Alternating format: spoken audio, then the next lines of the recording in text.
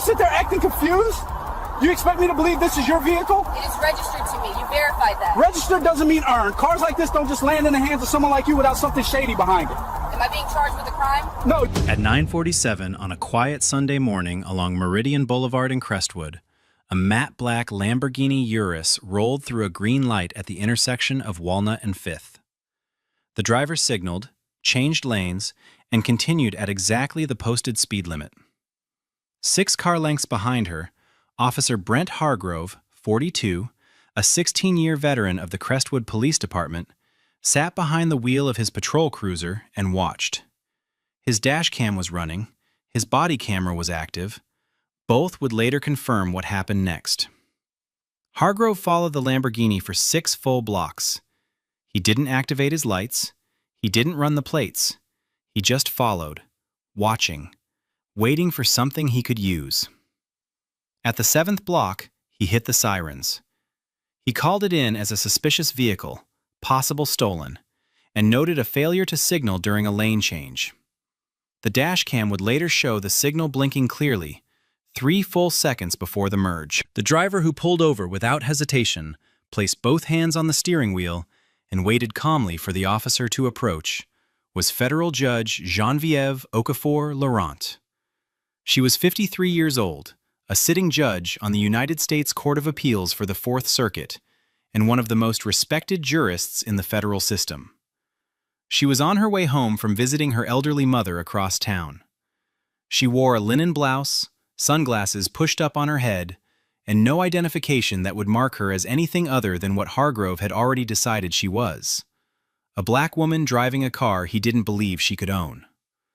Officer Brent Hargrove had been with the Crestwood Police Department since he was 26 years old. In that time, he had accumulated 31 civilian complaints, the overwhelming majority filed by Black and Latino residents. The complaints described a pattern that never changed: pretextual stops, aggressive questioning, searches conducted without consent or probable cause, property seized and never returned. Hargrove had earned a nickname in the neighborhoods he patrolled most heavily. Residents called him the Collector. Not because he collected evidence, but because he collected belongings. Cash pulled from wallets during traffic stops, jewelry removed during pat-downs and logged as potential proceeds of criminal activity, electronics confiscated under civil asset forfeiture statutes that allowed police to take property without ever filing charges. Over the past 5 years alone, Hargrove had seized more than $340,000 in cash and personal property from citizens. Almost none of those seizures led to arrests. Almost none of that property was ever returned. 2 prior cases involving allegations of planted evidence had been quietly settled by the city before reaching trial. Internal Affairs had reviewed his file multiple times and closed every investigation without action. His supervisors described him in evaluations as assertive and proactive. The police union representative, a man Hargrove met for drinks twice a month, had personally intervened to block 3 separate disciplinary recommendations. Younger officers who questioned his methods were told to mind their own calls. Those who pushed further were transferred. Hargrove operated with the confidence of a man who had never once been held accountable. And on this Sunday morning, with his lights flashing behind a Lamborghini Urus on Meridian Boulevard, he had no reason to believe that was about to change. Judge Geneviève Okafor-Laurent was not the kind of person who announced herself. She never had been. Her father, Chukwemeka Okafor, came to the United States from Lagos in 1974 with $200 and a work visa. He drove a taxi in Washington, D.C. for 31 years, 6 days a week, often pulling double shifts so his children wouldn't carry the debt he did. Her mother, Ruth Ann Laurent, grew up in Orangeburg, South Carolina, the granddaughter of sharecroppers. She cleaned office buildings at night and took community college classes during the day until her body gave out before her ambition did. Geneviève was the youngest of 3. She earned a full scholarship to Howard University, graduated summa cum laude, and was accepted to Yale Law School, where she was one of 9 black women in her class. She clerked for a Supreme Court justice.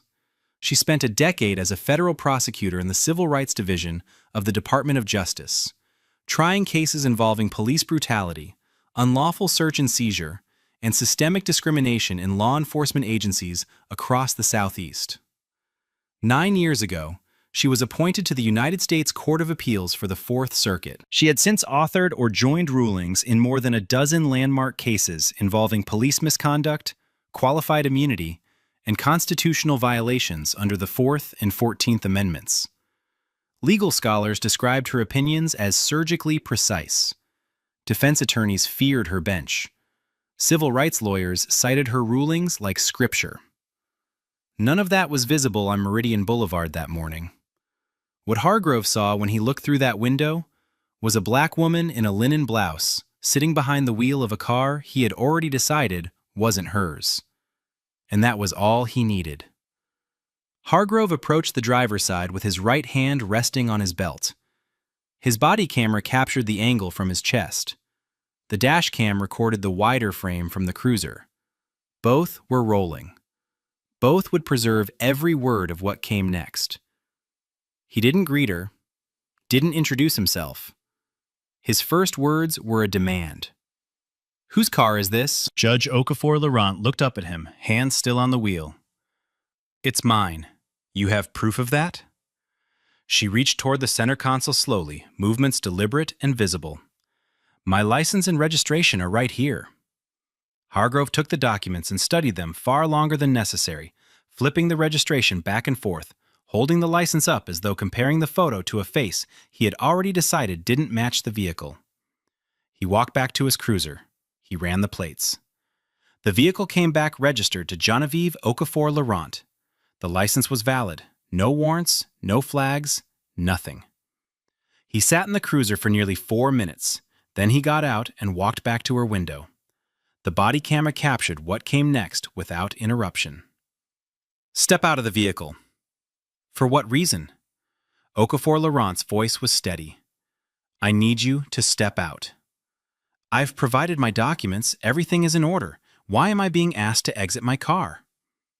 Hargrove leaned closer. "I'm detecting the odor of marijuana coming from inside this vehicle." There was no marijuana in the car. There had never been marijuana in the car. Forensic analysis would later confirm that no trace of any controlled substance existed anywhere in or on the vehicle.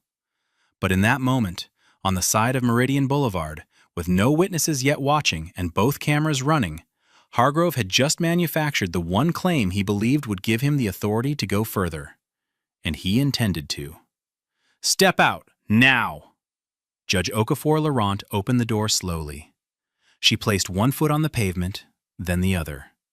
She stood upright, hands visible at her sides, and spoke clearly enough for every microphone in range to capture it.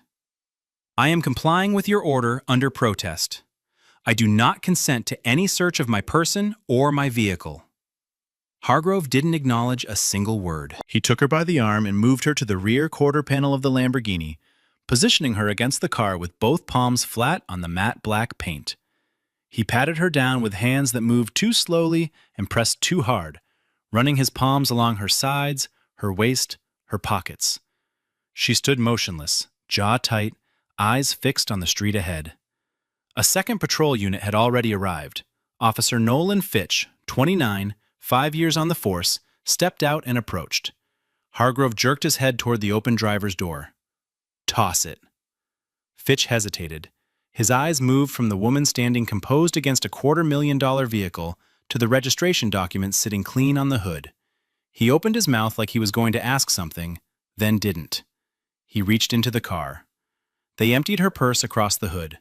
Wallet, reading glasses, a leather planner, a tube of hand cream, receipts. They opened the glove compartment and pulled out the owner's manual and insurance papers. They lifted the floor mats. They searched the center console, the door pockets, the trunk. In the back seat, they found a small zippered bag containing her mother's prescription medications. Hargrove unzipped it, spread the bottles across the leather seat, read the labels one by one, then left them scattered where they fell. They found nothing illegal, because there was nothing illegal to find. Across the street, in a second-floor window of a brick colonial, a woman named Celeste Gerard had been watching since the lights first flashed. Her phone was recording. She didn't say a word. She didn't need to. Hargrove stood in the middle of the road, feet apart, hands on his hips, staring at the open doors of a vehicle that had given him nothing. No drugs, no weapons, no contraband. No justification for a single thing he had done in the last 20 minutes. The body camera on his chest kept recording. He turned back toward Judge Okafor Laurent, still standing where he had placed her, palms flat against the side of the car, and what came out of his mouth next would be replayed in federal court, in news broadcasts, in training seminars, and in living rooms across the country. Let me ask you something. A woman like you, driving something like this, how does that happen? She said nothing. He stepped closer. Did your boyfriend buy this for you? Some rapper? Some dealer?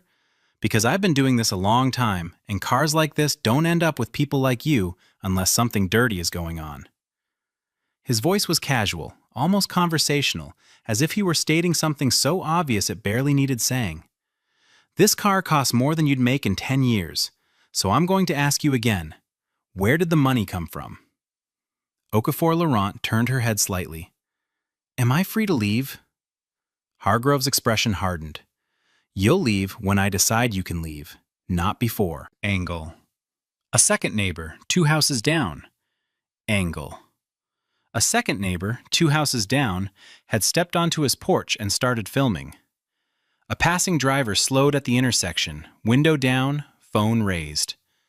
3 cameras were now recording from 3 directions, and the body camera on Hargrove's chest made 4. None of them would miss a word of what had already been said, and Hargrove, standing in the middle of Meridian Boulevard with his chest out and his badge catching the morning sun, had no idea that every syllable was building the federal case that would end him.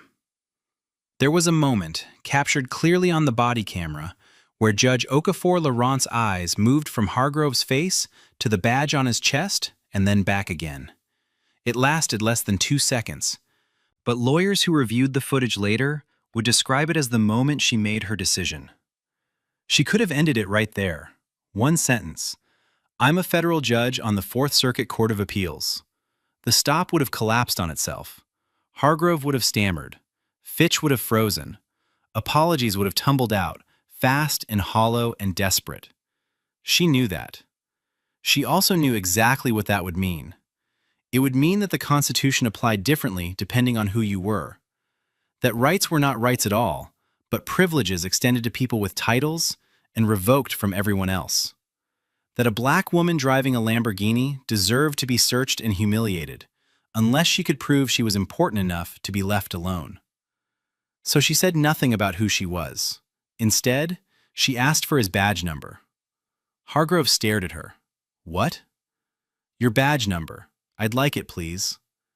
He recited it with reluctance, each digit clipped and hard. She repeated it back to confirm. Then she asked him to spell his last name. He sneered. Hargrove.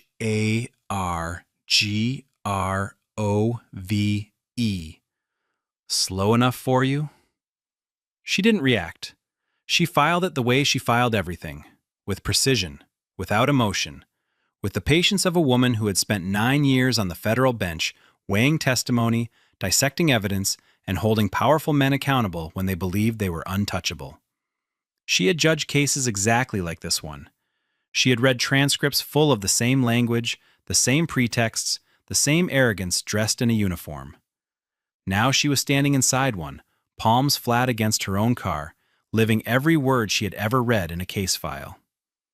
Hargrove keyed his radio. I need a K-9 unit at my location, Meridian Boulevard, south of 5th. Judge Okafor Laurent looked at him but said nothing. The temperature that morning was already 87 degrees and climbing. She was standing on asphalt in direct sunlight with no shade and no water. In the backseat of the Lamborghini, her mother's prescription medications sat in the zippered bag Hargrove had torn open, bottles scattered across dark leather that was absorbing every degree of heat the sun could give it.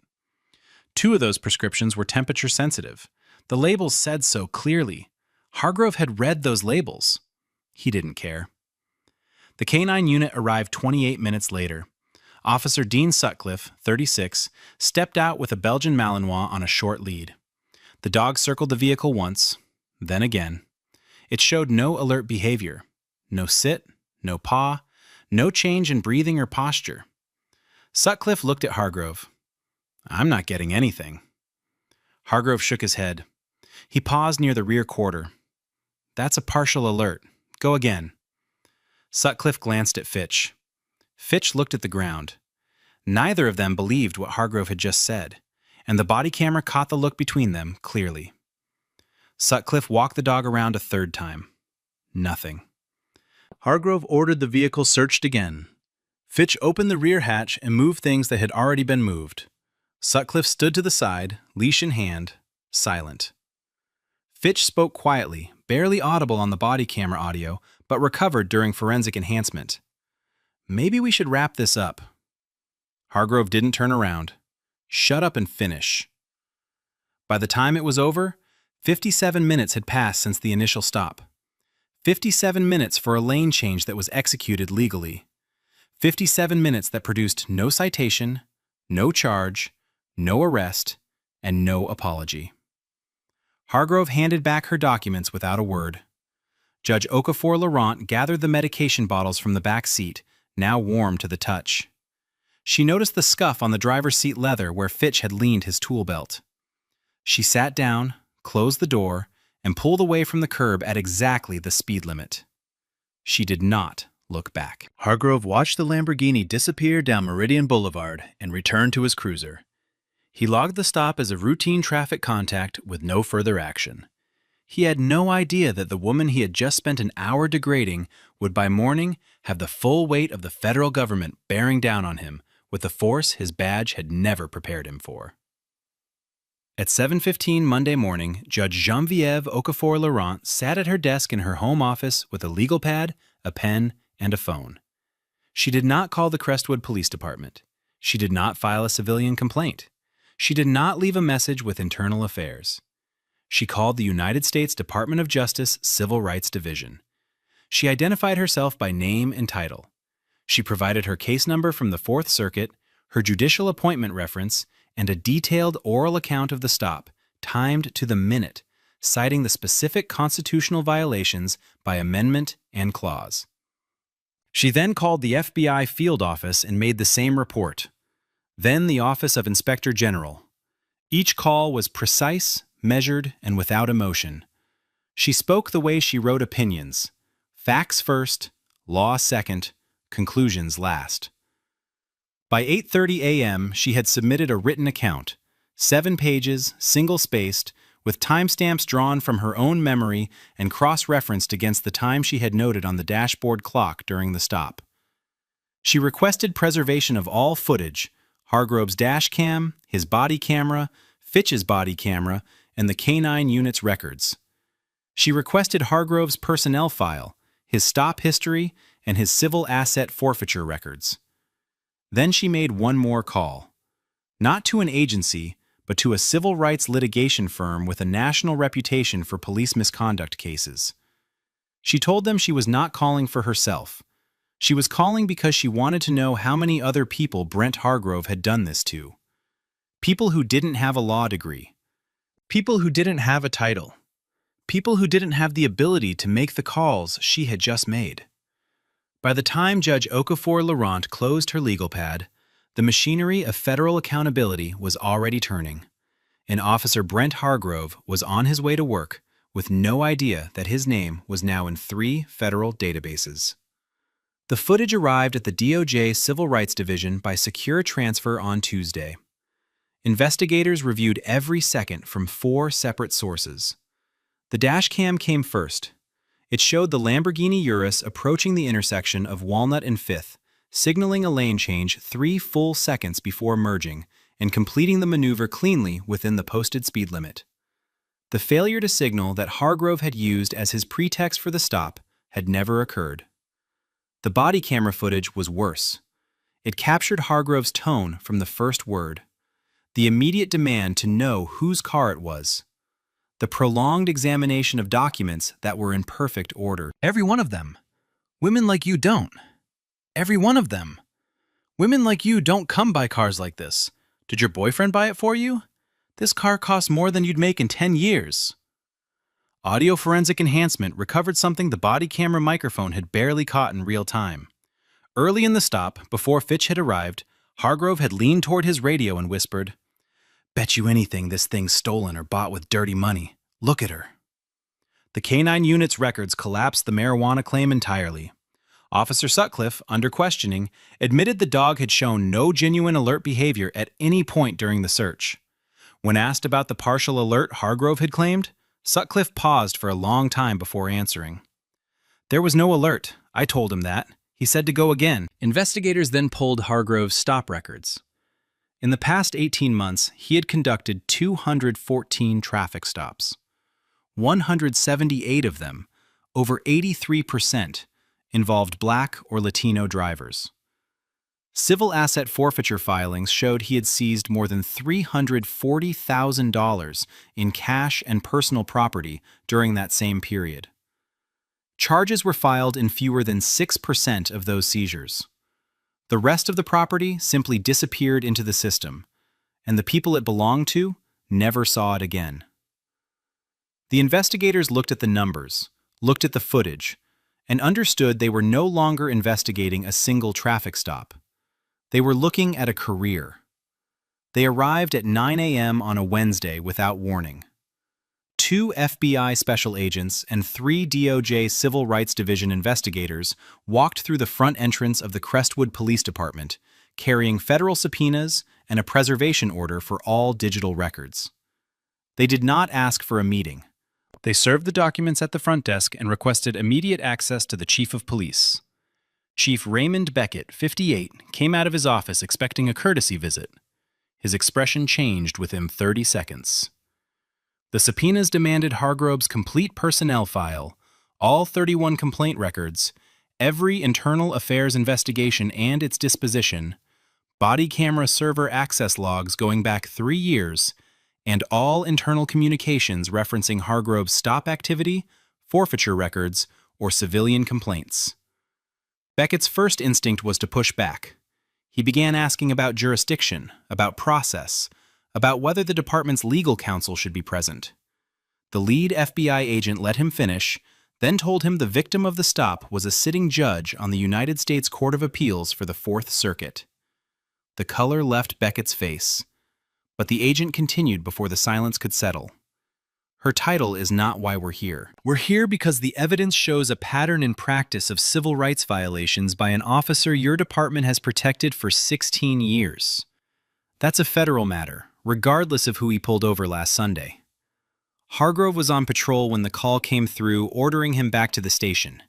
He was met in the parking lot by a captain who told him to hand over his badge, his firearm, and his cruiser keys. He was escorted inside, placed in an administrative office, and informed he was suspended pending a federal investigation. His face went tight. He asked what this was about. Nobody answered.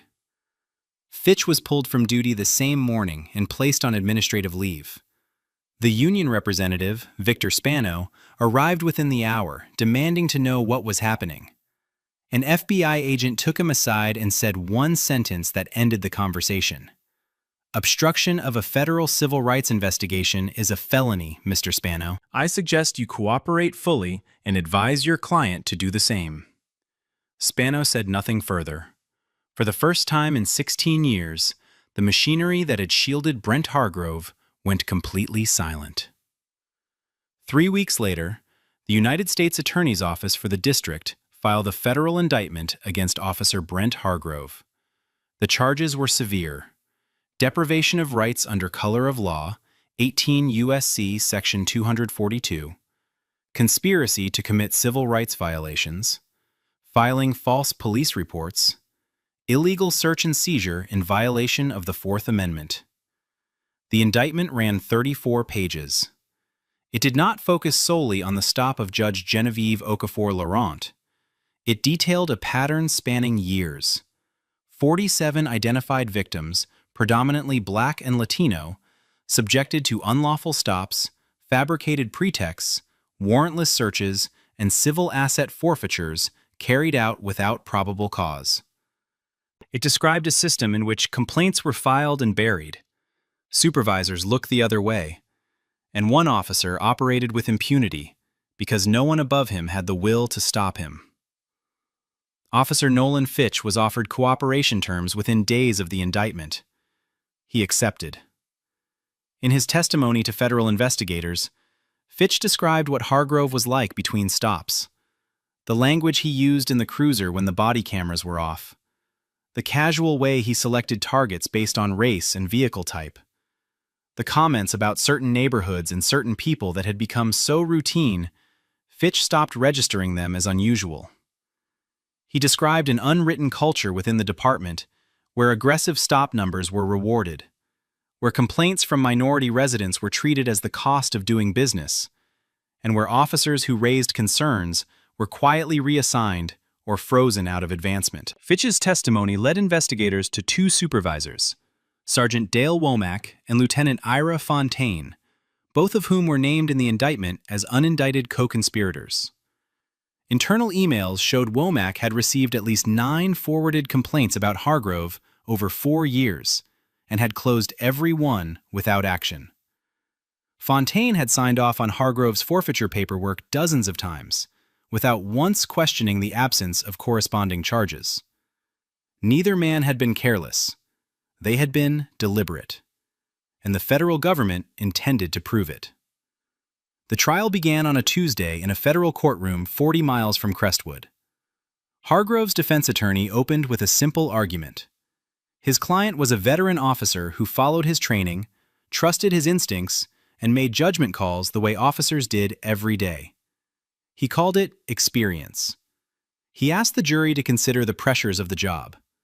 The prosecution responded by pressing play. The body camera footage from the Lamborghini stop ran first. The jury watched from Hargrove's own perspective as he fabricated a marijuana claim, emptied a purse across the hood, scattered prescription medication across a back seat, and told a woman standing against her own car that people like her didn't come by vehicles like this. Then prosecutors played footage from 6 other stops, different days, different drivers. The language was nearly identical. The tactics were the same. Each stop involved a Black or Latino driver. Each produced no charges. 12 of Hargrove's other victims took the stand. A retired canine training supervisor testified that no alert behavior had occurred during the Lamborghini search, and that the partial alert Hargrove claimed did not exist in any recognized training program. A use of force expert testified that every element of the search violated the Fourth Amendment. Judge Okafor Laurent took the stand last. She was introduced by name alone. To have a stranger's hands press her. To have a stranger's hands press her against her own vehicle. What it felt like to watch her mother's medication scattered across hot leather by a man who never once considered she might be telling the truth. She described the moment Hargrove told her the car cost more than she'd make in 10 years, and she paused. Not for effect, because the memory required it. The jury deliberated for less than a day, guilty on every count. The sentencing hearing was held 3 weeks later. Hargrove stood in a dark suit, no badge, no firearm. The presiding judge, the Honorable Catherine Shao, addressed him directly. Officer Hargrove, you did not merely break the law, you weaponized it. You used the authority entrusted to you to target, humiliate, and rob citizens of their constitutional rights based on the color of their skin. You did this repeatedly, systematically, and without remorse. She sentenced him to 7 years in federal prison, among the harshest sentences for a civil rights violation by a law enforcement officer in the circuit's recent history. He was remanded immediately. Fitch received a suspended sentence for cooperation, but was permanently barred from law enforcement. His silence on Meridian Boulevard had cost him everything his testimony couldn't buy back. The Crestwood Police Department entered a federal consent decree, independent civilian oversight, mandatory demographic data on all stops and forfeitures, published quarterly, comprehensive retraining with annual testing, complete overhaul of internal affairs, including independent review of all racial bias complaints. Sergeant Womack and Lieutenant Fontaine were forced to resign. Chief Beckett announced his retirement 2 days later without public comment. The civil lawsuit was filed on behalf of Judge Okafor Laurent and 38 other identified victims. The city's attorneys reviewed the footage, the stop data, the forfeiture records, the emails, and the federal conviction. Settlement negotiations lasted less than a month. The final amount was $6.4 million, divided among victims according to severity and documentation. The money would matter, but what mattered more was the record. It could not be sealed, it could not be buried, and it could not be undone. Judge Genevieve Okafor Laurent returned to the bench without ceremony. She did not give interviews. She did not appear on panels about her experience. She let the record speak because the record was comprehensive and the record was permanent. But 6 months after the trial, she accepted an invitation to deliver the keynote address at a national legal conference on constitutional policing. She stood at the podium in the same composure she had carried on Meridian Boulevard and said what she had carried quietly since that Sunday morning. I did not tell that officer who I was, because who I am should not determine whether my rights are respected. The Constitution does not have a VIP lane. The room was silent for a long moment before the applause began. She used a portion of her civil settlement to fund a legal clinic specializing in representation for victims of discriminatory traffic stops, people who had been searched, seized from, humiliated, and sent on their way without charges, without apology, and without anyone to call on Monday morning. The clinic opened in a small office 12 minutes from Meridian Boulevard. Hargrove served his sentence in a federal facility where his former profession made every day harder than the last. He never issued a public apology. He never acknowledged wrongdoing. He maintained until the end that he had been doing his job. After the settlement. Traffic stop racial. After the settlement.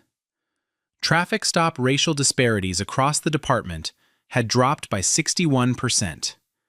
Complaints of discriminatory enforcement had fallen by more than half. Officers now recorded justification for every stop in writing, and every recording was subject to independent review. In the Oversight Board's office, mounted on the wall behind the conference table, hung a single framed image. It was a still captured from Hargrove's own body camera. It showed Judge Okafor Laurent standing beside her matte black Lamborghini Urus, palms flat against the paint, chin level, eyes forward. Beneath it, a single line in plain black type. The law applies to everyone, including those who enforce it. If you think this situation was bad, wait until you see what happens in the case on the right-hand side. I am a federal judge. You can confirm that Save it. immediately.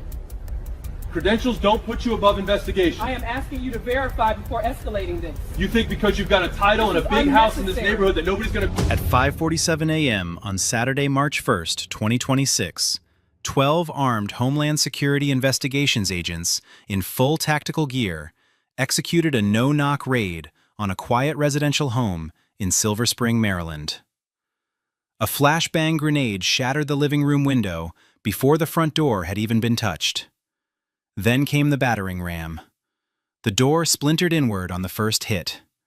Agents flooded the hallway shouting commands, boots shaking the floor hard enough to knock framed photos off the walls.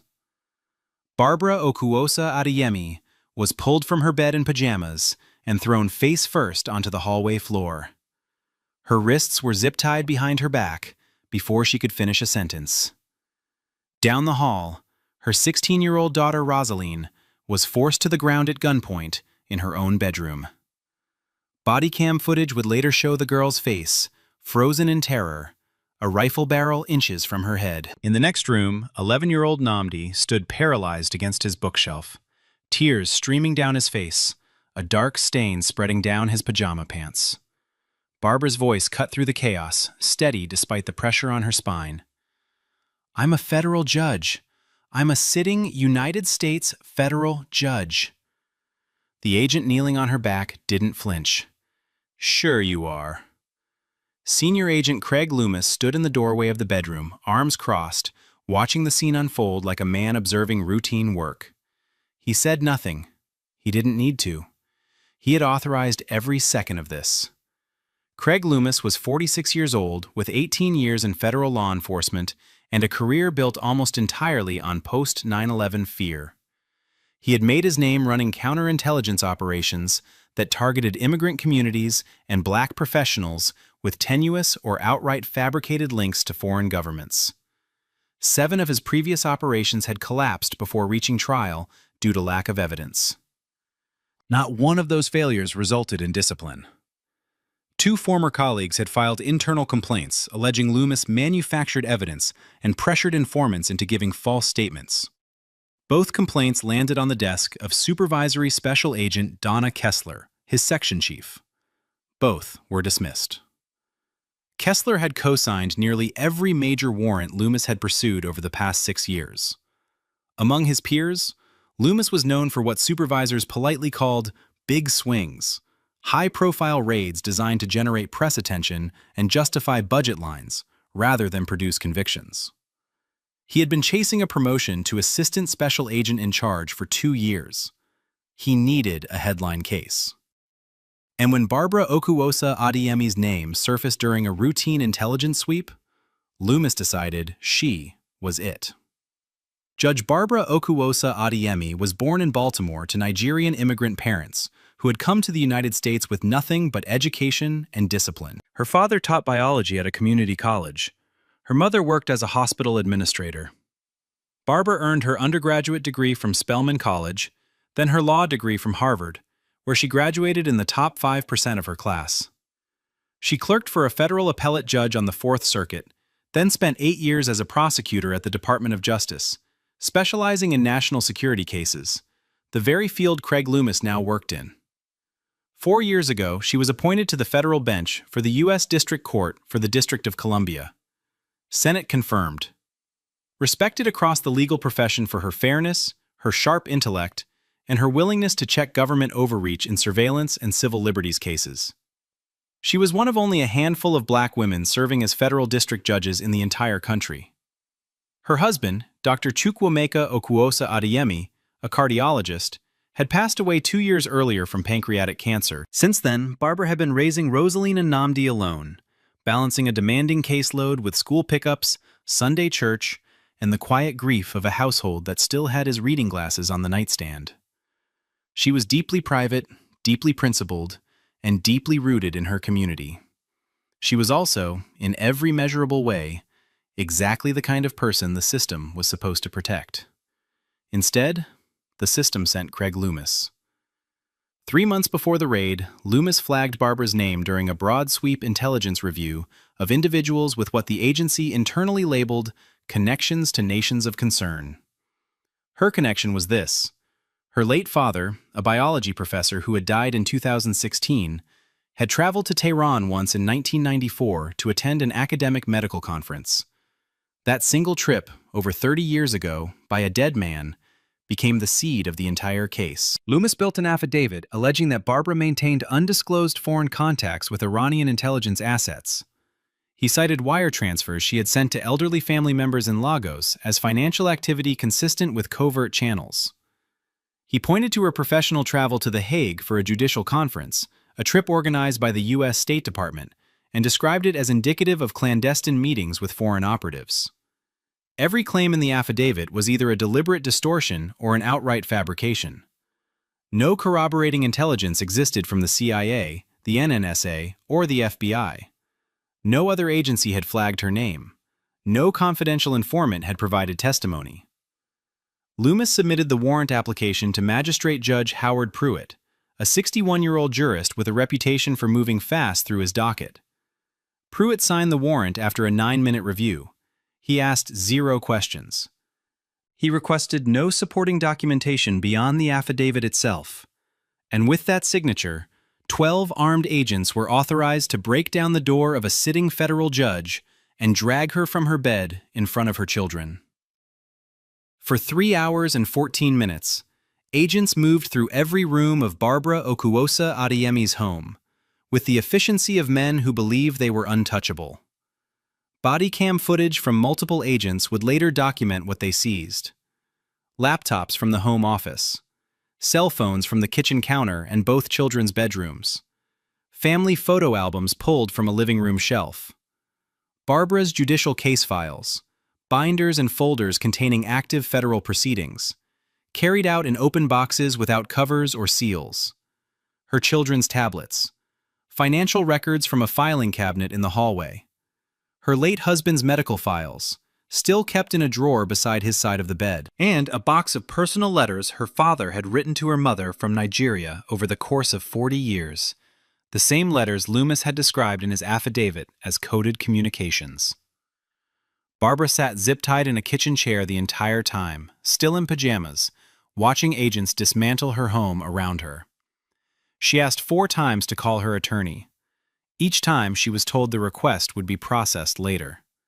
She asked 3 times for her children to be brought to her, denied without explanation. Down the hall, Rosalind sat in her parents' bedroom with an agent by the door, sobbing, asking over and over if her mother was being arrested. No one answered her. In his own room, Nnamdi sat on the floor with his back against the bed, guarded by an armed agent in tactical gear, clutching a stuffed bear his father had given him. He did not speak. He did not move. Loomis personally entered Barbara's home office and began reading through her judicial case files. When a younger agent standing nearby asked quietly whether they should be handling court documents, Loomis did not hesitate.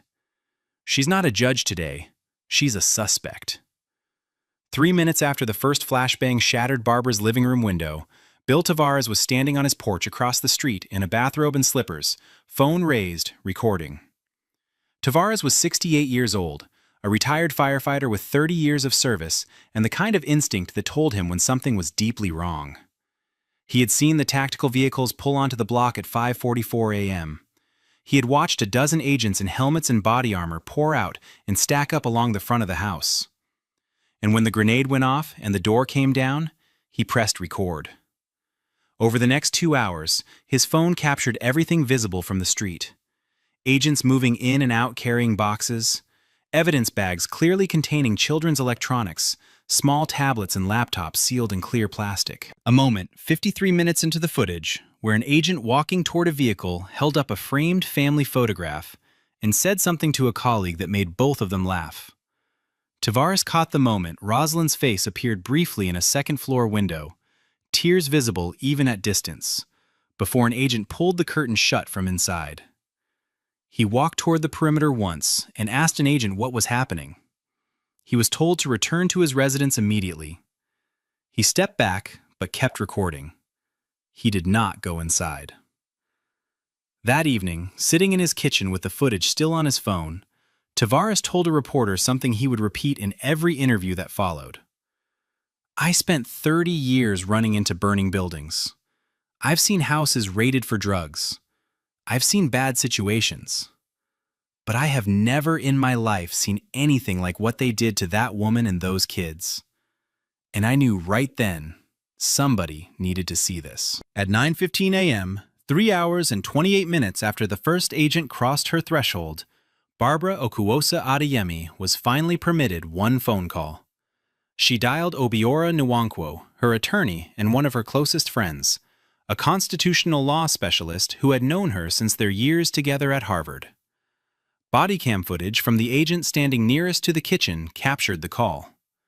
Barbara's voice was controlled, measured, almost clinical, the voice of a woman trained to function under pressure. But the camera also captured what her voice did not betray. Tears running down both cheeks, her jaw tight, her zip-tied hands trembling against the kitchen table. "They broke into my house. They terrorized my children. They are calling me an Iranian spy. I need you here now." Nwankwo arrived in 40 minutes.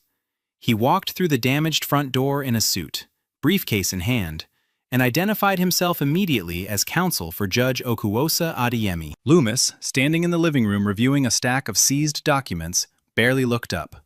Nwankwo stepped closer and spoke clearly enough for every body cam in the room to record it. "My client is a sitting United States federal district judge for the District of Columbia. You have seized active judicial case files from her home office. That is an unconstitutional violation of the separation of powers and judicial independence." The room went quiet. Agent Bryce Dillingham, standing near the hallway, looked at Loomis. Two agents near the front door exchanged a glance. Loomis's expression did not change, but his hand stopped moving over the papers in front of him. "We'll verify that," he said. Wonkwa's response was immediate. "You should have verified it before you put a flashbang through her window." Loomis stepped into the backyard and called his section chief, Supervisory Special Agent Donna Kessler. He kept his voice low. Kessler ran the name through the Federal Judiciary Personnel Database. The confirmation came back in under 2 minutes. Barbara Okuosa Adeyemi, confirmed sitting judge, United States District Court for the District of Columbia. Appointed by the President of the United States. Senate confirmed. Active caseload of over 60 pending federal cases. The ambient audio from a Bodycam still recording in the kitchen picked up Kessler's voice through the phone speaker, tight and clipped. "Craig, what have you done?" Loomis said nothing for several seconds. Then he walked back inside and told his team to begin wrapping up. He did not apologize to Barbara. He did not order her zip ties removed immediately. He did not instruct agents to return the judicial case files. Instead, he stepped outside again, pulled out his personal cell phone, and made a second call off Bodycam. No record exists of who he called or what was said. When he returned to the kitchen, he addressed Nwankwo with the flat tone of a man still trying to control a situation that had already left his hands. "The investigation is ongoing. Seized materials will be reviewed and returned if appropriate."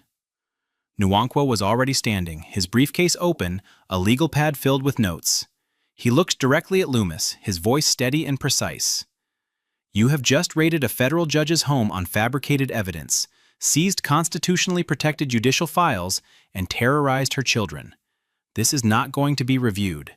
This is going to be investigated, but not by you." At approximately 10 a.m., more than 4 hours after the raid began, an agent finally cut the zip ties from Barbara Okuosa Adeyemi's wrists. The plastic had left deep red grooves in her skin. She did not rub them. She stood, walked to the hallway, and asked for her children. Namdi was brought to her first. The 11-year-old crossed the kitchen at a run and wrapped both arms around her waist so tightly she had to brace herself against the counter. He did not let go for nearly 20 minutes. He did not speak. Rosalind came next, led by an agent she refused to look at. She sat down in a kitchen chair, folded her hands in her lap, and stared at the wall. She said nothing. Her eyes were dry and distant in a way that unsettled Nwankwo more than the tears had. The house looked like it had been torn apart by people who did not care what they broke. Furniture was overturned, drawers had been pulled out and emptied onto floors. Closets stood open with clothes dragged from hangers. Her late husband's study, the room she had kept exactly as he left it, had been ransacked. His books pulled from shelves, his desk drawers dumped. In the upstairs hallway, a framed photograph of her parents' wedding lay face down on the carpet. The glass cracked in a long diagonal line. Barbara walked through every room with Nwankwo beside her, documenting the damage with her phone. She did not cry again. Her voice was flat, precise, cataloging each violation like evidence. "They took the kids' laptops. They took my case files. They took the letters my father wrote to my mother." By 11 a.m., Nwankwo was on the phone with the chief judge of the D.C. District Court. By noon, the Judiciary's administrative office had been formally notified. By 2 p.m., a written complaint had been filed with the Department of Justice, Office of the Inspector General. By evening, 3 United States senators had been quietly briefed by senior judicial officials. The machinery of accountability had begun to move. But inside the house, Namdi was still holding on to his mother, and Rosalind had not said a word. On the morning of March 2, 2026, Bill Tavares sent his footage to a reporter at a local television station. He had not slept. By midday, the story was everywhere. Every major outlet ran some version of the same headline, and each one landed harder than the last. Homeland Security raids federal judge's home, calls her Iranian spy. Black federal judge zip-tied in own home during pre-dawn raid. HSI agents seized active judicial case files during raid on judge's home. Legal analysts went on air within hours, calling it one of the most egregious violations of judicial independence in modern American history. Former federal prosecutors described the seizure of active case files as an act that strikes at the foundation of the separation of powers. Civil rights organizations issued formal statements demanding a full federal investigation. The Federal Judges Association, a body that almost never comments publicly on individual cases, released a rare and sharply worded condemnation. Social media erupted. The Bodycam footage had not yet been released, but Tavares's exterior video was viewed over 4 million times by nightfall. One frame in particular spread faster than any other. Agents in tactical gear carrying labeled evidence boxes down the front steps of the house while, in a second-floor window above them, the face of a child was barely visible behind a curtain, mouth open, crying. That image became the defining picture of the case. By late afternoon, HSI leadership moved. Senior Agent Craig Loomis and Supervisory Special Agent Donna Kessler were both placed on administrative leave pending internal review. Magistrate Judge Howard Pruitt, who had signed the warrant after 9 minutes and 0 questions, issued no public comment. But by evening, sources close to the court confirmed he had retained personal legal counsel. The silence from Pruitt's chambers said more than any statement could have. On the afternoon of March 2nd, Obiora Nwankwo filed an emergency motion to unseal and challenge the search warrant affidavit that had authorized the raid on Barbara Okuosa Adeyemi's home. A federal judge in the neighboring District of Maryland granted the motion within hours, citing extraordinary circumstances involving the constitutional integrity of the judiciary. By evening, the affidavit was public, and when legal analysts began reading it on live television, what they found was not an intelligence case. It was a fabrication held together by distortion and audacity.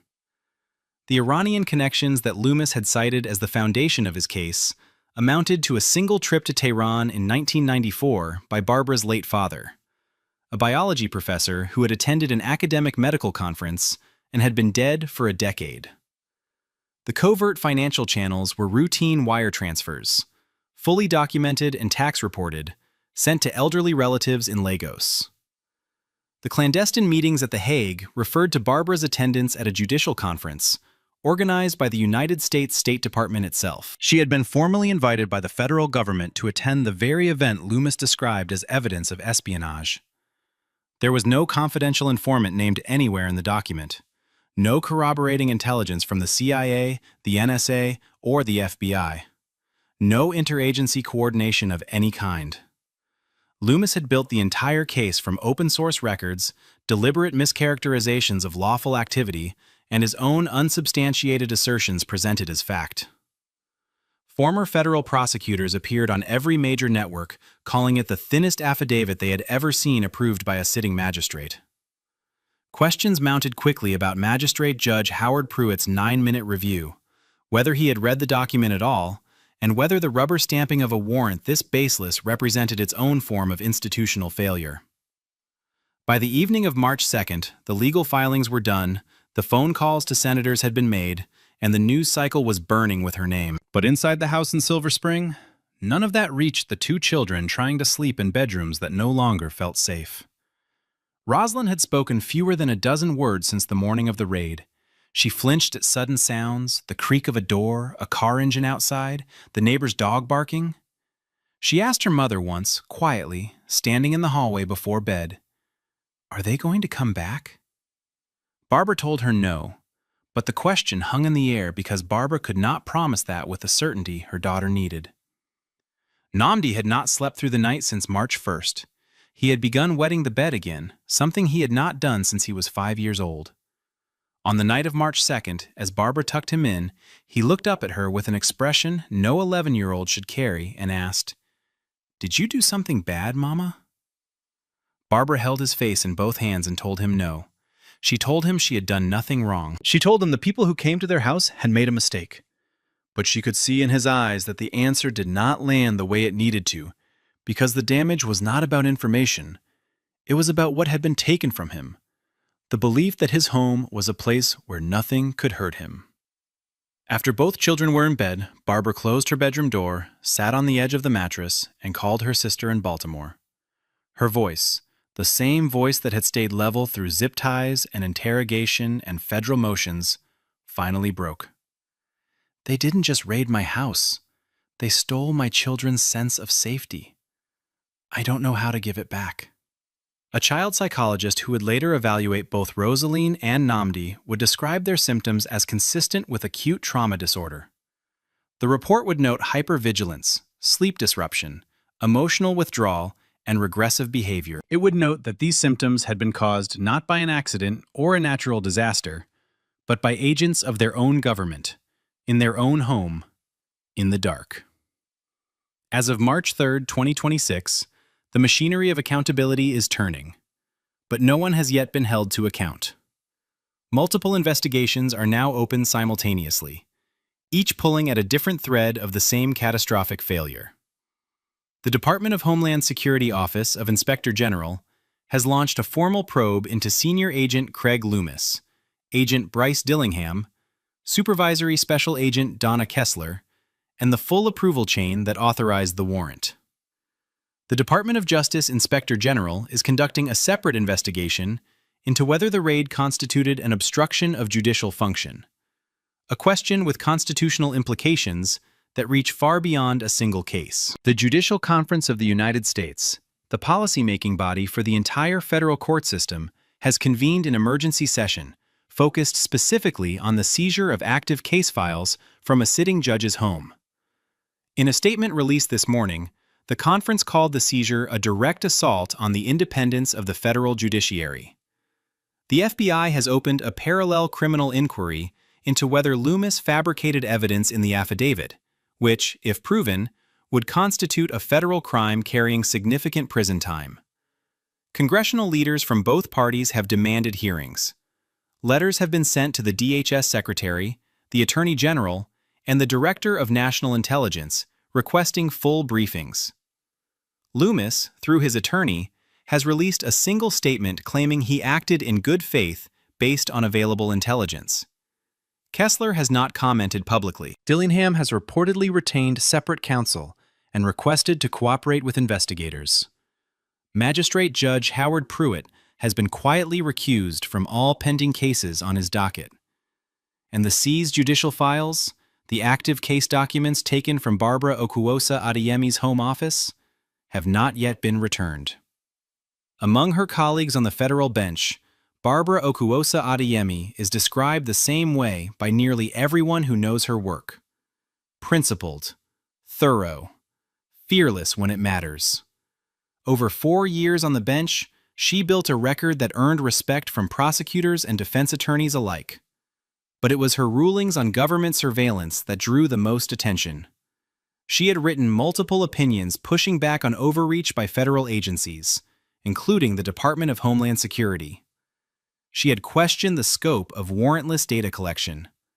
She had demanded specificity in affidavits where other judges accepted vague language. 2 of her Fourth Amendment opinions had been cited by appellate courts as models of constitutional reasoning. She had, in short, done exactly what a federal judge is supposed to do. She held power accountable.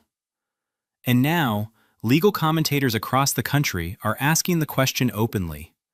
Was this really an intelligence failure? Or was it retaliation? Was a black woman who dared to check federal authority made into a target by the very apparatus she had held to account? No direct evidence of retaliation has emerged, not yet.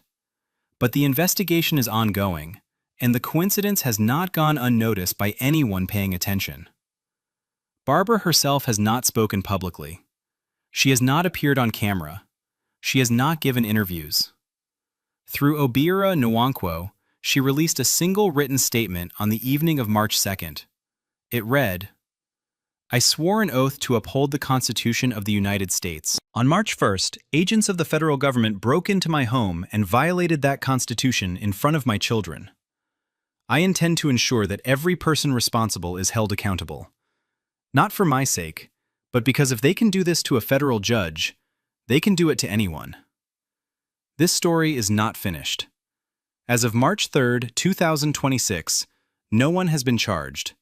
No one has been fired. No one has been arrested. The judicial case files seized from Barbara Okuosa Adeyemi's home remain in government custody, active federal proceedings handled by agents who had no legal right to touch them. Barbara's children are still not sleeping through the night. Rosaline still flinches when a door closes too hard. Namdi still crawls into his mother's bed before dawn, afraid of the dark in a way he never was before. Craig Loomis is on paid administrative leave, collecting a federal salary from his home, while the woman whose door he broke down tries to explain to an 11-year-old why the people who are supposed to protect them were the ones who came with guns. The investigations are open. The Inspector General is reviewing. The FBI is examining. Congress is demanding answers. But the process is slow, deliberate, and offers no comfort to a family still living in a house with a front door that no longer locks properly and a living room window still boarded up with plywood where a flashbang grenade came through before sunrise on a Saturday morning. The public is watching. The legal community is watching. Civil rights organizations are watching. And somewhere in a quiet house in Silver Spring, Maryland, a federal judge is sitting on the edge of her daughter's bed, smoothing her hair, telling her it is safe to close her eyes, knowing that she cannot yet prove that is true. This is not a story with a resolution. Not yet. But the cameras were rolling. The Bodycam footage exists. The neighbor's video exists. The affidavit is public. The evidence is preserved. And the people responsible have names, badges, and records that are now under a level of scrutiny they never imagined possible. Because when they planned this raid, when they drafted that warrant, when they threw that grenade and broke down that door, they assumed the woman in pajamas on the hallway floor was no one who mattered. They were wrong. This case was disturbing, but the one on the right ends in a way no one expects. My name is Vivian Achebe-Laurent. I am a United States District Judge for the Eastern District of Virginia. You need to verify that immediately. Oh, I know exactly what name is on this address. And I don't care what title you think protects you. We have intelligence tying this house to suspicious foreign activity. At 6:12 a.m. on Sunday, March 1st, 2026, the smell of pancakes filled a narrow Alexandria townhouse 3 blocks from the Potomac. Judge Vivian Achebe-Laurent stood at the stove in a cotton robe, flipping batter while her 7-year-old son Solomon sat cross-legged on the couch watching cartoons with the volume too loud. Upstairs, her 11-year-old daughter Nadia was already dressed for church, arguing through the bathroom door that Solomon had taken her hairbrush again. It was the kind of morning that didn't make the news. Quiet, ordinary, warm. Vivian was 44 years old, Harvard Law, top of her class. She had spent 6 years as a federal prosecutor at the Department of Justice before being nominated to the U.S. District Court for the Eastern District of Virginia. Senate confirmed 4 years ago with bipartisan support. She carried an active caseload that included 2 national security matters and a high-profile civil rights case that had drawn attention from Washington and beyond. She was disciplined, private, and careful with every word she spoke on and off the bench. That morning, her church dress hung on the back of her bedroom door. Solomon's clip-on tie sat on the kitchen counter next to a sippy cup he swore he didn't use anymore. Nadia's Bible study notebook was open on the dining table, a colored pencil still wedged in the spine. Vivian had no idea that in less than 30 minutes, the front door of her home would be blown off its hinges, that federal agents in tactical gear would pour into her kitchen, that her son would be dragged off that couch and put face down on the floor, that her daughter would be grabbed by the arm at the top of those stairs, and that everything about this morning, every quiet, ordinary detail, would become evidence in one of the most devastating federal civil rights cases in modern American history. 6 weeks earlier, on a Tuesday afternoon in January, FBI counterintelligence analyst Craig Stenner sat at his desk inside the J. Edgar Hoover building in Washington, scrolling through the Bureau's online tip portal. Stenner was 36, competent enough on paper, but known among colleagues as someone who chased volume over accuracy. He flagged more tips than anyone in his unit. Most went nowhere. He didn't seem to mind. At 2:17 p.m., a submission caught his eye. It alleged that a woman living at 814 Braddock Lane in Alexandria, Virginia, had been making wire transfers to financial entities with suspected ties to Iranian intelligence. The tip included a name, Vivienne Achebe Laurent, a partial physical description listed as black female, early 40s, and a claim that she had been photographed at a restaurant in Georgetown with a known Iranian diplomatic attaché. There was no supporting documentation, no account numbers, no surveillance imagery, no name attached to the person submitting the tip. It had come through an anonymous portal entry routed through a burner email. Stenner flagged it and forwarded it to his supervisor, Special Agent in Charge Brent Kirkwood. Kirkwood was 52, a career bureau man with a reputation for aggressive case development and a deep interest in counterintelligence headlines. He read the tip once, asked no follow-up questions, and approved it for preliminary investigation the same afternoon. No one ran Vivienne's name through the federal judiciary employee database. No one checked whether she held a government position. No one cross-referenced her address with any law enforcement or intelligence personnel records. The tip was vague, uncorroborated, and anonymous. It should have been flagged for further vetting at minimum, or dismissed outright. Instead, Kirkwood told his team to move fast. He called it a potential high-value lead, and from that moment on, every decision that followed was built on a foundation that no one in the Bureau had bothered to verify. Over the next 6 weeks, every safeguard that should have caught the mistake failed. Not one of them held. Stenner built the case file the way he built most of his cases: fast, surface level, and with just enough material to look thorough without actually being thorough. He pulled Vivienne's financial records through a parallel channel typically reserved for FISA-adjacent national security requests, a move that bypassed the more rigorous internal review process. What he found should have told him everything he needed to know.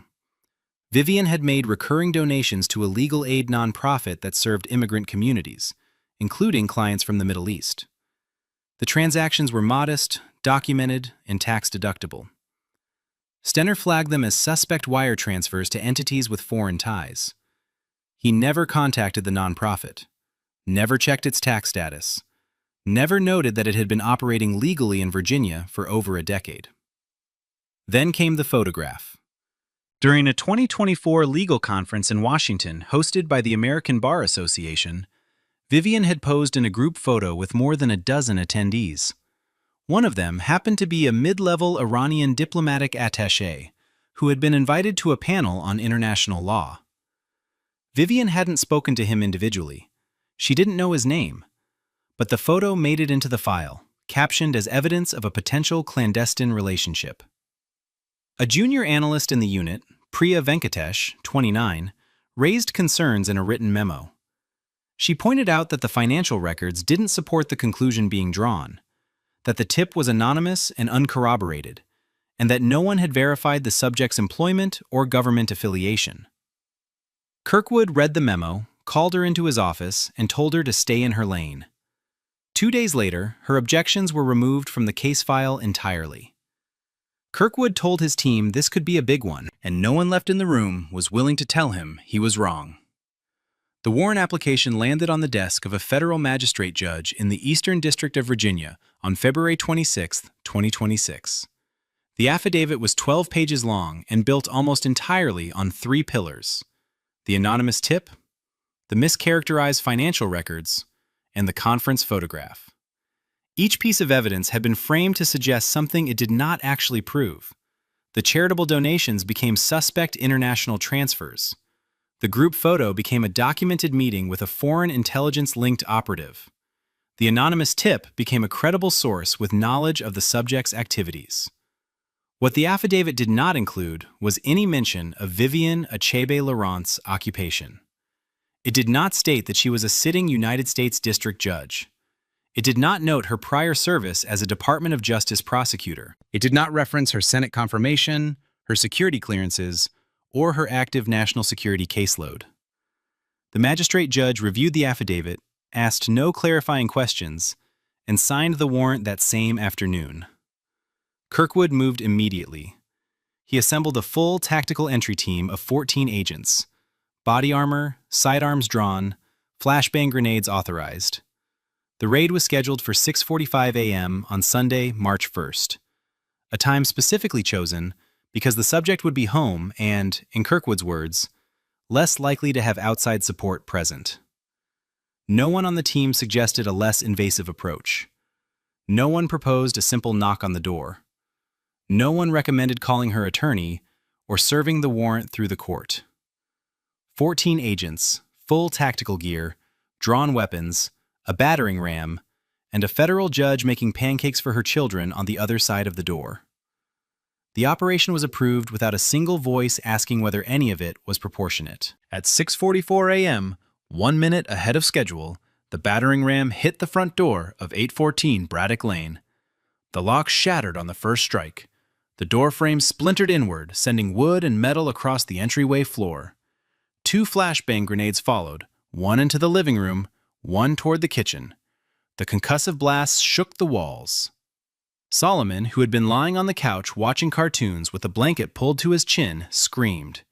An agent in full tactical gear reached him in 3 steps, pulled him off the cushions by his arm, and forced him face down onto the hardwood floor. He was 7 years old. In the kitchen, Vivienne spun toward the sound just as 2 agents came through the doorway. One grabbed her by the shoulder and drove her sideways into the counter. Her face struck the granite edge. The impact split the skin above her left eye. Blood ran down her cheek before she hit the floor. She was forced onto her stomach, arms wrenched behind her back, wrists locked into handcuffs. She could hear Solomon crying from the living room. She could hear boots on the stairs. "I am a federal judge," she said. Her voice was loud and clear despite the blood and the pressure on her spine. The agent kneeling on her back didn't pause. "Sure you are," he said. Upstairs, Nadia heard the explosions and the screaming and came running down the staircase in her church dress, shoes untied, eyes wide. An agent intercepted her halfway down, grabbed her by the upper arm, and brought her to the floor beside her brother. She was 11. She landed on her knees and then her chest, her face pressed to the same hardwood where Solomon lay sobbing. Both children were now on the ground, surrounded by armed men in black helmets, in their own home, on a Sunday morning. Vivienne lay on the kitchen tile with her cheek against the cold floor, blood pooling beneath the cut above her eye, her wrists locked behind her back at an angle that sent pain through both shoulders. Her breathing was controlled. Her voice, when she spoke again, was steady and precise. "My name is Vivienne Achebe Laurent. I am a United States District Judge for the Eastern District of Virginia. My judicial credentials and identification are in my study. Second door on the left, top drawer. You are making a catastrophic mistake." The lead entry agent, Supervisory Special Agent Russ Pennington, 45, stood over her. For the first time since the breach, he did not move immediately. Something in her tone, in the specificity of her words, in the calm that no ordinary person under duress could manufacture, made him pause. He keyed his radio. "Command, the subject is claiming to be a federal judge, requesting guidance." The response came from Kirkwood, sitting in a black SUV parked 2 houses down, monitoring the operation on a tablet. "Continue the search. She can sort it out downtown." Pennington hesitated for half a second longer, then gave the order. Agents moved through every room. Books were pulled off shelves and thrown to the floor. Drawers were dumped. Closets were emptied. They seized both of Vivienne's laptops, her personal phone, an external hard drive containing case research, her children's school tablets, and 3 family photo albums. In the living room, Solomon had stopped crying and gone silent, his small body trembling, a dark stain spreading across the front of his pajama pants. He had wet himself. Beside him, Nadia lay with her eyes open and her chest heaving in short, shallow gasps, unable to slow her breathing, unable to speak. A federal judge's children, face down on their own floor, surrounded by agents who still had not verified who their mother was. And in the SUV outside, Kirkwood checked his watch and typed a message to headquarters. "Raid executed. Subject secured. Proceeding with evidence collection." The noise carried. In a neighborhood like this one, where the houses sat close and the streets stayed quiet on Sunday mornings, the sound of a door being broken open and flashbang grenades detonating was impossible to miss. Frank Oberlin was the first one outside. He was 68, retired Army colonel, lived in the townhouse directly next door, and had known Vivienne for 3 years. He had watched her carry groceries inside on weeknights, had waved to her children when they played on the front steps, had attended the same neighborhood association meetings where she sat quietly in the back row, always polite, always composed. When he stepped onto his porch and saw the black SUVs, the tactical gear, and the agents moving in and out of Vivian's front door, he walked straight to the perimeter tape. "That's a federal judge's home," he told the agent guarding the line. "Her name is Vivian Achebe Laurent. She sits on the Eastern District bench." The agent didn't blink. "Sir, step back or you'll be detained." Oberlin didn't move. "You're making a mistake. I'm telling you who lives in that house. Step back. Now." Oberlin pulled out his phone and began recording. Across the street, Terrence and Simone Osei had come to their front window when the first blast shook the block. Terrence grabbed his phone and started filming from the doorway. The footage was shaky, but clear. Agents in full tactical gear, a broken front door, and then, at 7:03 a.m., the image that would later be seen by millions. Vivian Achebe Laurent, in a cotton robe and church slippers, blood visible on the left side of her face, hands cuffed behind her back, being walked down her own front steps by two agents while a neighbor's child watched from a second-floor window across the street. Within minutes, the footage was in a neighborhood group chat. Within an hour, a local journalist had it in her inbox. Within 2 hours, it had already been shared more times than anyone in that neighborhood could have predicted, and not a single agent on the scene had yet confirmed who they had just raided. At the FBI's Washington field office, Vivian was placed in an interrogation room on the 3rd floor. The handcuffs stayed on. The cut above her eye had not been treated. Blood had dried in a thin line down her left cheek and along her jaw. She sat upright in a metal chair, still wearing her robe and slippers, and said nothing. She did not ask for water. She did not ask where her children were. She asked for one thing. "I want my attorney. I will not answer questions without counsel present. I am a sitting United States District Judge. You can verify this in less than 60 seconds. The two agents in the room exchanged a glance. One left. The other stayed by the door, arms folded, silent. Vivienne sat still. For nearly 2 hours, no one verified her identity. No one ran her name through the federal judiciary database. No one contacted the Eastern District Clerk's office, which operated a 24-hour duty line specifically for emergencies involving judicial personnel. At 9:14 a.m., more than 2 hours after the raid, a junior agent who had not been part of the entry team typed Vivienne's full name into the federal court's personnel system. The result appeared in under 4 seconds. Achebe Laurent, Vivienne R. Title: United States District Judge. Court: Eastern District of Virginia. Status: active. Appointed by the President. Confirmed by the Senate. The agent stared at the screen, pushed back from his desk, and walked quickly down the hall. He found Kirkwood in a briefing room reviewing evidence logs. "Sir, the subject is a federal judge." Kirkwood looked up. "What?" "She's a sitting U.S. District Judge. Eastern District of Virginia. Senate confirmed. Active bench." The room went quiet. Every agent in it understood in the same instant what had just happened and what was about to come. Kirkwood set down the file he was holding. His face lost its color. Down the hall, in the interrogation room, Vivian sat exactly as she had for the last 2 hours. Bleeding.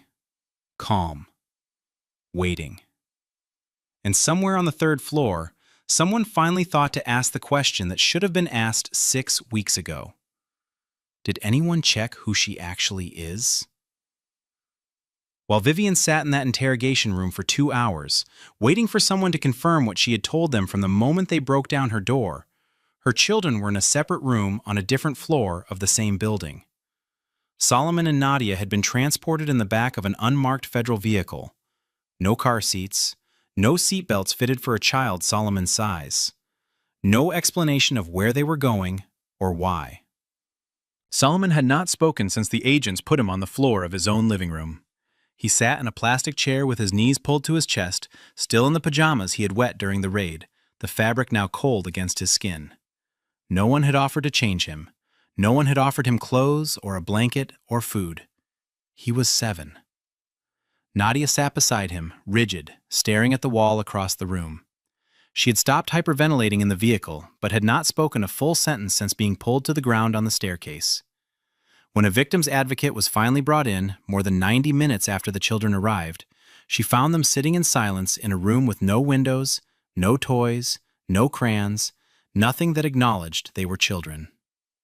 The advocate, a woman in her 50s who had worked with the Bureau for over a decade, later told investigators it was one of the worst things she had seen in her career. A child psychologist brought in that afternoon conducted preliminary evaluations on both children. Solomon exhibited signs of acute stress response, including trembling, selective mutism, and a flinch reaction triggered by any sudden movement or loud sound. Nadia presented with emotional shutdown, flat affect, and what the psychologist described as hypervigilant stillness, a trauma response more commonly associated with children in war zones. Vivian was not allowed to see her children until 9:47 a.m., nearly 3 full hours after they had been separated. When she finally entered the room, still in handcuffs that had only just been removed, Solomon looked up at her and said one word: "Mama." It was the first thing he had said in over 3 hours. By 10 a.m. on March 1st, the machinery of institutional panic had begun to move. The first call went from the FBI's Washington field office to the chief judge of the Eastern District of Virginia. The conversation lasted less than 2 minutes. The chief judge's response, according to sources briefed on the call, was a single question, repeated 3 times. "You did what?" By 10:15, the administrative office of the U.S. courts had been notified. By 10:30, 2 United States senators with oversight of the Judiciary Committee had received calls from their staff flagging an incident involving a sitting federal judge. By 10:45, the FBI Director's Office was alerted through an internal channels memo marked urgent, a classification rarely used outside of active threat scenarios. Kirkwood was pulled from the case before noon. He was told to return to the field office and not to contact any member of the investigative team. Stenner, the analyst who had flagged the original tip and built the case file without ever verifying the subject's identity, was placed on administrative leave effective immediately. His access to classified systems was suspended. Supervisory Special Agent Russ Pennington, who had led the tactical entry, was reassigned to administrative duties pending review. The DOJ Office of Professional Responsibility opened an emergency inquiry before the end of the day. Behind closed doors at the Hoover Building, the damage assessment was already underway. A deputy director convened an emergency meeting with senior leadership from counterintelligence, legal counsel, and the inspection division. The question he asked the room, according to 2 officials present, was direct. How did we raid the home of a sitting federal judge, put her face down on her kitchen floor, hold her children in a windowless room for 3 hours, and not one person in this building knew who she was? No one answered immediately. The silence in that room carried the weight of what everyone already understood. This had not been a failure of technology or access. The databases existed. The information was there. No one had looked because no one had thought to look.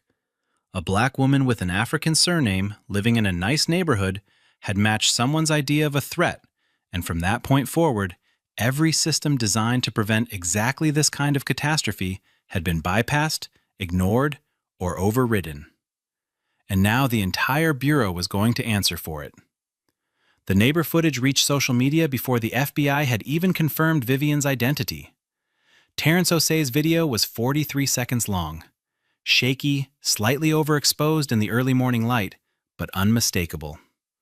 A black woman in a cotton robe and church slippers, blood on her face, hands cuffed behind her back, being walked down the steps of her own home by 2 agents in tactical gear. Behind her, through the broken front door, the audio captured a child screaming. The video hit a neighborhood group chat at 7:11 a.m. By 7:40, a local journalist had it. By 9 o'clock, a Washington reporter confirmed through court records that the woman was a sitting United States District Judge. The story detonated. Every major outlet ran some version of the same headline. FBI raids home of black federal judge. the footage played on loop across cable news and social media. Legal analysts called it unprecedented. The National Bar Association issued a statement calling the raid one of the most egregious violations of judicial independence and civil rights in modern American history. The NAACP demanded a full independent investigation. By evening, 14 sitting federal judges had signed a rare joint statement expressing profound concern over the treatment of their colleague.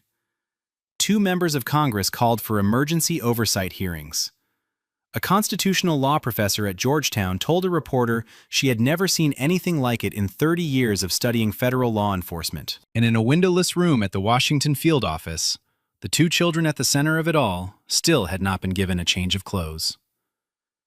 In the days that followed, the institutional rot beneath the raid began to surface.